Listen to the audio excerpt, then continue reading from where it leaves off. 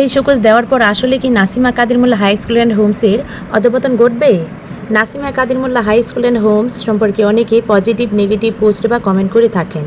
আমরা জানি যে শিক্ষা মন্ত্রণালয় অলরেডি স্কুলকে অর্থাৎ নাসিমা কাদের মোল্লা হাই স্কুল অ্যান্ড হোমসকে, যেটা নরসিংদীতে অবস্থিত, সেটাকে একটি শোকজ দিয়েছে।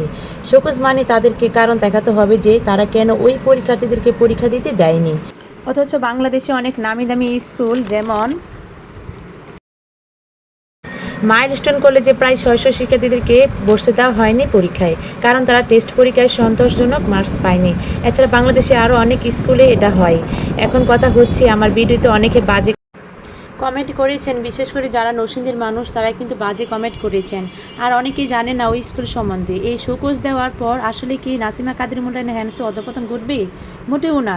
কারণ নাসিমা কাদের মোল্লা হাই স্কুল অ্যান্ড হোমসে কীভাবে পরিচালিত হয় গার্ডেন হিসেবে জানে, এবং ওখানকার যে পরিচালনা বসে শিক্ষাবৃন্দ, স্টুডেন্ট, স্টাফ সব কিছু মিলে তারা কি পরিমাণ পরিশ্রম করে, এটা অনেক বাংলাদেশে অনেক স্কুলে বা হতে পারে, কিন্তু ওখানে যেভাবে হয় আমার মনে হয় না অন্য কোথাও এভাবে হয়।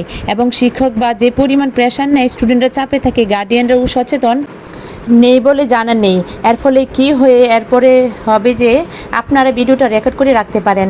এরপরে সামনের বছর আবারও সবগুলো জিপিএ 5 পাবে, আবারও জিপিএ 5 পাবে, কারণ তারা জানে যে কীভাবে জিপিএ 5 পেতে হয়।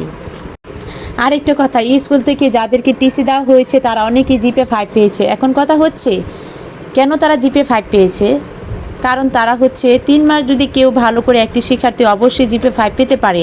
আমি যেটা দেখেছি নরসিংদী থেকে টিসি দেওয়া অনেকেই জিপিএ 5 পেয়েছে বা পায় না যে তা নয়, আমি অস্বীকার করছি না।